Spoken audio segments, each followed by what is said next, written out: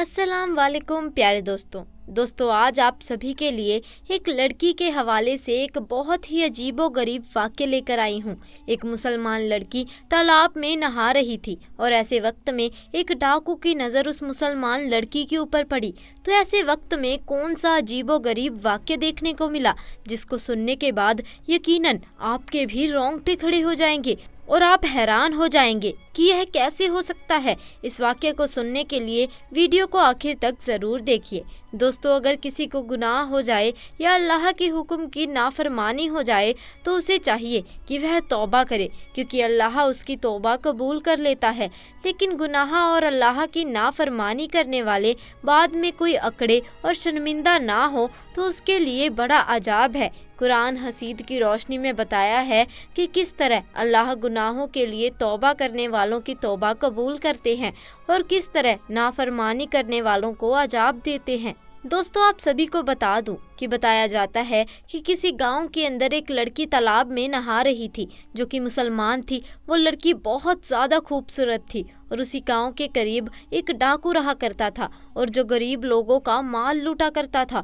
और अगर गांव के अंदर कोई खूबसूरत लड़की उसको नज़र आती तो उस लड़की को उठा लिया करता था। अक्सर गांव के जो लोग होते थे वो अपनी बेटियों को घर के अंदर छुपा कर रखते थे, लेकिन यह जो लड़की थी ये किसी से डरा नहीं करती थी। यानी अल्लाह तबारक व ताला की जात के ऊपर मुकम्मल भरोसा था इसे। और यह लड़की एक ही बात कहती थी कि मेरी हिफाजत करने वाला सिर्फ अल्लाह है, मुझे घर के अंदर बैठने की ज़रूरत नहीं है। अल्लाह बड़ी शान वाला है और सबसे बड़ा अल्लाह ही है, वो मेरी मदद करेगा। आप सभी को बता दूं कि वह लड़की थी तालाब में नहाने के लिए गई थी और ऐसे वक्त में जब डाकू का गुजर हुआ तो उसी तालाब से हुआ। और ऐसे वक्त में जब डाकू की नज़र उस लड़की पर पड़ी तो वो उस लड़की का दीवाना हो गया। उस जैसी लड़की को डाकू ने आज तक नहीं देखा था और लड़की इतनी खूबसूरत थी कि डाकू के दिल के अंदर मोहब्बत जाग उठी और अब डाकू किसी भी हालत में लड़की को पाना चाहता था। आपको बता दूं कि डाकू ने अपने साथियों से ये बात कही कि फौरन ही एक खत लिखो। खत लिखने के बाद उस लड़की के बाप के पास उसे भेज दिया गया। और दोस्तों, आपको बता दूं कि वह खत लेकर डाकू के जो साथी थे वो फौरन उस लड़की के घर पहुंचे और वहां जाकर लड़की के पिता को वो खत दिया। जैसे ही लड़की के बाप ने उस खत को पढ़ा तो उसके पैरों तले ज़मीन खिसक गई। यानी खत के अंदर यही बात लिखी थी कि मुझे तुम्हारी बेटी बहुत पसंद आई है, मैं तुम्हारी बेटी का दीवाना हो चुका हूँ, इसीलिए तुम आज रात के लिए अपना घर छोड़कर कहीं चले जाओ। मैं आज रात तुम्हारे घर आऊँगा और तुम्हारी बेटी के साथ रात गुजारूंगा, यानी तुम्हारी बेटी के साथ गुनाह करूँगा। और साथ में यह भी लिखा था कि अगर तुम घर छोड़कर नहीं गए तो ऐसे वक्त में तुम्हारे खानदान वालों का कत्ल कर दूंगा। प्यारे दोस्तों, बाप ने जब ऐसी बात सुनी तो उसकी आंखों से आंसू आ गए और वह सोचने लगा कि अब मैं करूं तो क्या करूं। मेरे प्यारे दोस्तों, अब मैं आप सभी को बता दूं कि ऐसे वक्त में उसके दिल में यह बात आई कि हमारे गांव में एक सरदार है, यह हमेशा से हम लोगों की मदद करता रहा है, क्यों ना इस बार जाकर उससे मदद मांगी जाए। तो आप सभी को बता दूं कि वह फौरन ही, यानी कि जो उस लड़की का बाप था, उस गांव के सरदार के पास जाकर उसने अपनी बात रखी। ऐसे वक्त में जो गांव का सरदार था वह ये बात कहने लगा कि मैं इस मामले में तुम्हारी कोई मदद नहीं कर सकता, क्योंकि वह डाकू है और बड़ा ही खतरनाक है, और मैं अगर तुम्हारी ऐसे वक्त में मदद करूंगा तो वह मेरे खानदान वालों का कत्ल कर देगा। और मेरी भी एक नौजवान बेटी है, अगर उसकी नज़र उसके ऊपर पड़ गई तो यकीनन वो उसको भी नहीं छोड़ेगा,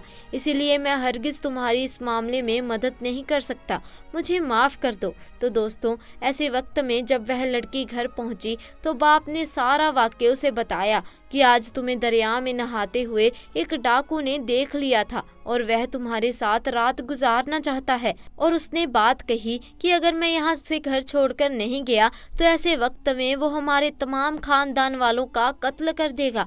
दोस्तों, ये बात सुनने के बाद जो वह लड़की थी वह कहने लगी कि अब्बा जान, क्या आप जानते हैं कि मैंने हमेशा ये बात कही है कि आपको घबराने की बिल्कुल ज़रूरत नहीं, अल्लाह मेरी हिफाजत करने वाला है। और अब तक उसने ही मुझे बचा कर रखा है, तो आगे भी वो ऐसे ही मुझे बचा कर रखेगा। आप बेफिक्र होकर घर छोड़कर आज के लिए चले जाएं। यकीनन जो होगा वह बेहतर ही होगा, और अल्लाह जो करता है वह अच्छे के लिए ही करता है।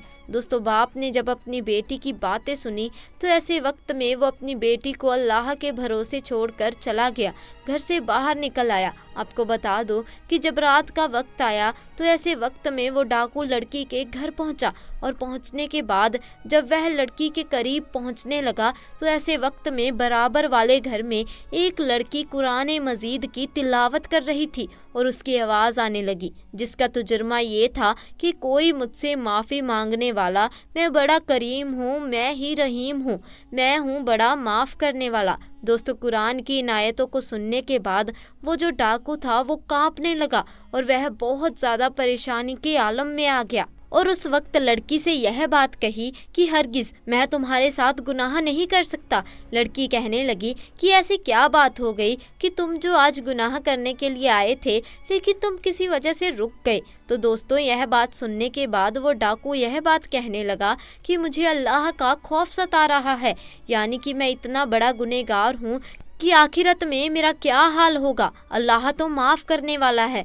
मैंने अब तक जितने भी गुनाह किए हैं मैं सबसे तौबा करता हूँ, और आज के बाद कोई गुनाह नहीं करूँगा, किसी का हक नहीं मारूँगा, किसी लड़की के ऊपर गंदी नज़र नहीं डालूँगा।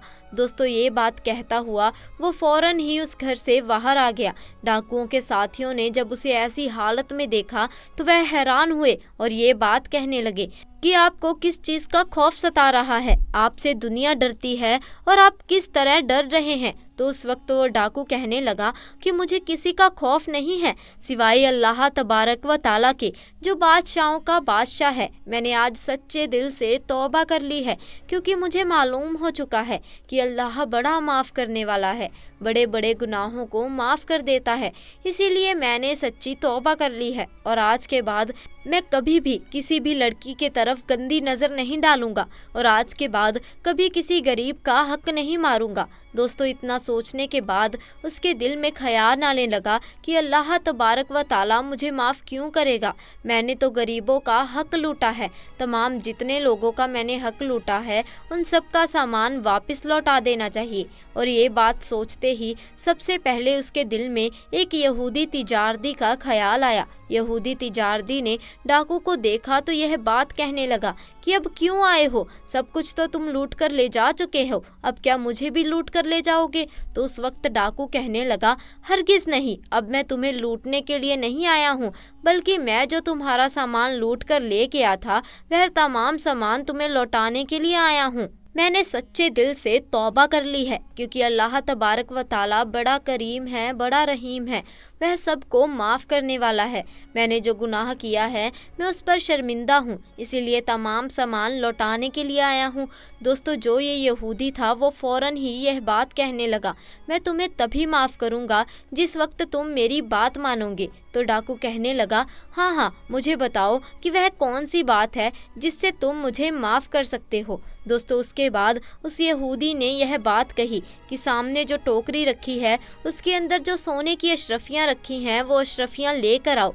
तो दोस्तों, आपको बता दूं कि वो जो डाकू था वो फ़ौरन ही उस टोकरी के पास गया, और उस टोकरी के पास जाकर वो सोने की जो अशरफियाँ थी उसको लेकर आ गया। और दोस्तों, जैसे ही उस यहूदी ने सोने की अशरफियों को देखा तो यह बात कहने लगा कि मैं भी कलमा पढ़कर मुसलमान होना चाहता हूँ।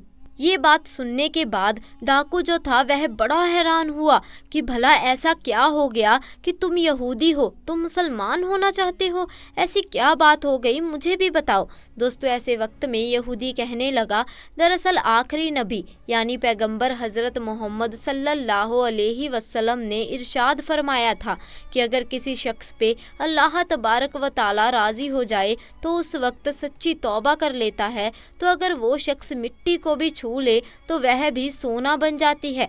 दरअसल जिस टोकरी के अंदर तुम्हें सोने की अशरफियाँ लाने को मैंने कहा था, उस टोकरी के अंदर एक भी अशरफियाँ नहीं थी। दरअसल उसके अंदर तो सांप रखा हुआ था और मैं तो यह जानना चाहता था कि अगर तुम्हारी तौबा कबूल हो चुकी है तो वह जो सांप है वह सोने की अशरफियों में तब्दील हो जाएगा, और अगर तुम्हारी तौबा कबूल नहीं हुई तो ऐसे वक्त में वो सांप तुम्हें डस लेगा।